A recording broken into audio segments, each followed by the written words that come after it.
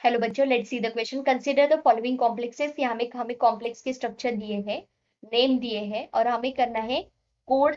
Correct code कौन सा है वो चूज करना है। ओके, तो फर्स्ट सेकंड के लिए हमें ऑप्टिकल एक्टिविटी देखनी है, फर्स्ट सेकंड एंड थर्ड के लिए। फोर्थ एंड फिफ्थ के लिए हमें कलर एंड डीकलरेशन दिखना है, मतलब ये कलर्ड कॉम्प्लेक्स है या कलरलेस कॉम्प्लेक्स है, ये हमें देखना है। ओके, तो फर्स्ट देखते हैं ट्रांस CONH3 4Cl2।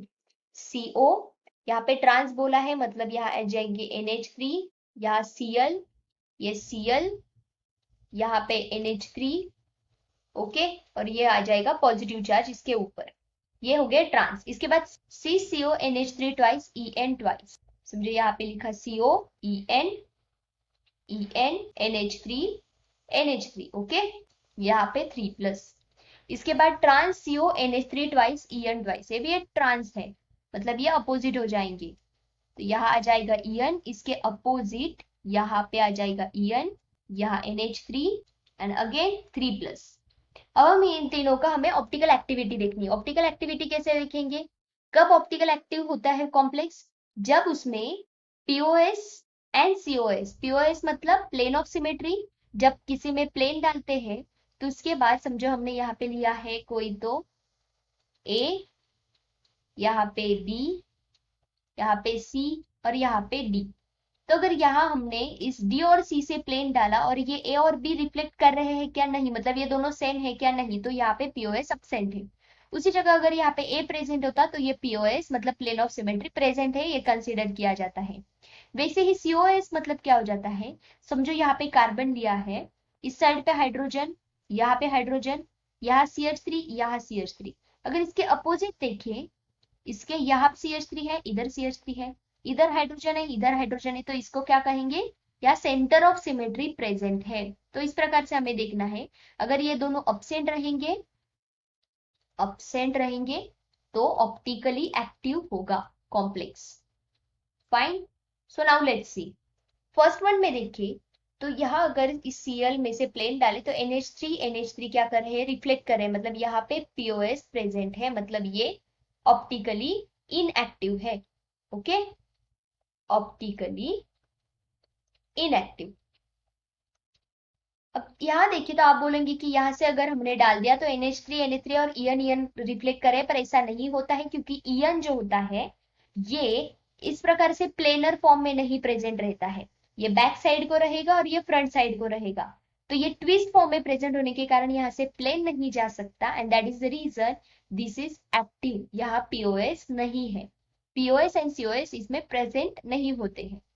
ओके, अब यहाँ पे NH3 से हम जब प्लेन डालते हैं तो ये दोनों रिफ्लेक्ट कर सकते हैं क्योंकि ये आमने सामने है, ये कट नहीं हो सकते पर रिफ्लेक्ट कर सकते हैं, तो ये भी क्या हो जाएगा? इनएक्टिव, क्योंकि ये प्लेन ऑफ सिमेट्री प्रेजेंट है। ओके, तो इससे हमें क्या पता चलता है? Second word is optically active and first and third is optically inactive, option B. Okay, इसके बाद हम देखते हैं फोर्थ, फिफ्थ एंड सिक्स। फोर्थ है NiCl4 NiCl4 2-। उसके बाद दिया है TiF4, sorry not F4, F6, TiF6 2-। और उसके बाद दिया है COF6 3-, COF6 3-। अब यहाँ पे हमें कलर कैसे पता चलेगा? अगर इसमें DD ट्रांजिशन हुआ तो कलर्ड कंपाउंड होते हैं, कलर्ड कॉम्प्लेक्स होते हैं। ओके, अब DD ट्रांजिशन मतलब जब अनपेयर्ड इलेक्ट्रॉन प्रेजेंट होगा किसी में, किसी d ऑर्बिटल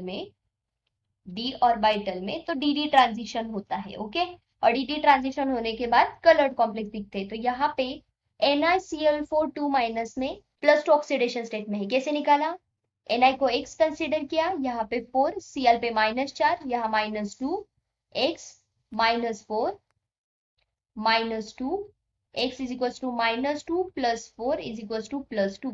ऐसे ही अगर Ti का निकाला मतलब टिटेनियम का, तो यहाँ पे आ जाएगा +4 ऑक्सीडेशन स्टेट एंड कोबाल्ट क्या आ जाती है? +3 ऑक्सीडेशन स्टेट।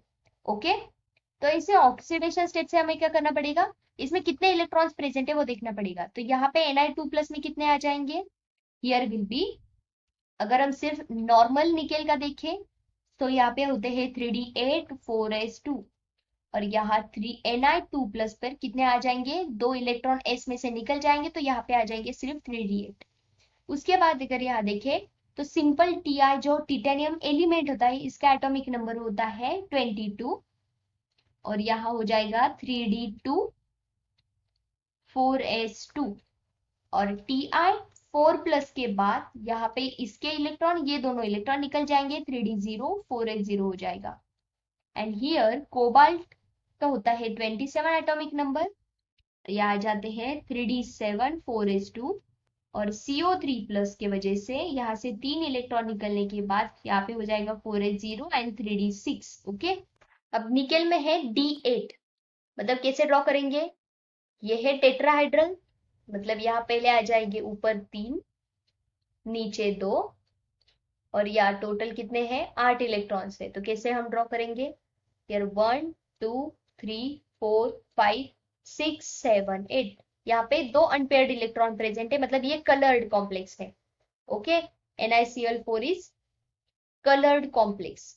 उसके बाद TiF6 को देखें तो यहाँ कुछ भी प्रेजेंट नहीं है, तो ऑब्वियसली इसमें dd ट्रांजिशन होगा क्या, नहीं, मतलब ये हो जाएगा कलरलेस, ये है कलरलेस। और COF6 को देखें तो यहाँ है 6 इलेक्ट्रॉन्स, तो इसको अगर ड्रॉ करें ये 6 है, मतलब ऑक्टाहेड्रल, तो इसको पहले लिखा जाएगा 2 एंड देन 3। ओके, तो 1 2 3 4 5 एंड 6, तो यहाँ पे भी अनपेयर्ड इलेक्ट्रॉन है, तो इसका मतलब यहाँ पे भी कलर्ड स्ट्रक्चर दिखाई देता है, ये COF6 इज ऑल्सो कलर्ड। और अगर क्या ऑप्शन देखे तो यहाँ पे दिया है 4 एंड 5 आर कलर्ड, यहाँ देखे तो 5 इज नॉट कलर्ड, तो ये तो ऑप्शन नहीं आएगा। And 4 is coloured, 5 and 6 is colourless, नहीं, यहाँ पे 6 भी कलर्ड है, तो ये ऑप्शन भी नहीं आएगा। तो option B will be the only answer. I hope you understood. Thank you so much, all the best.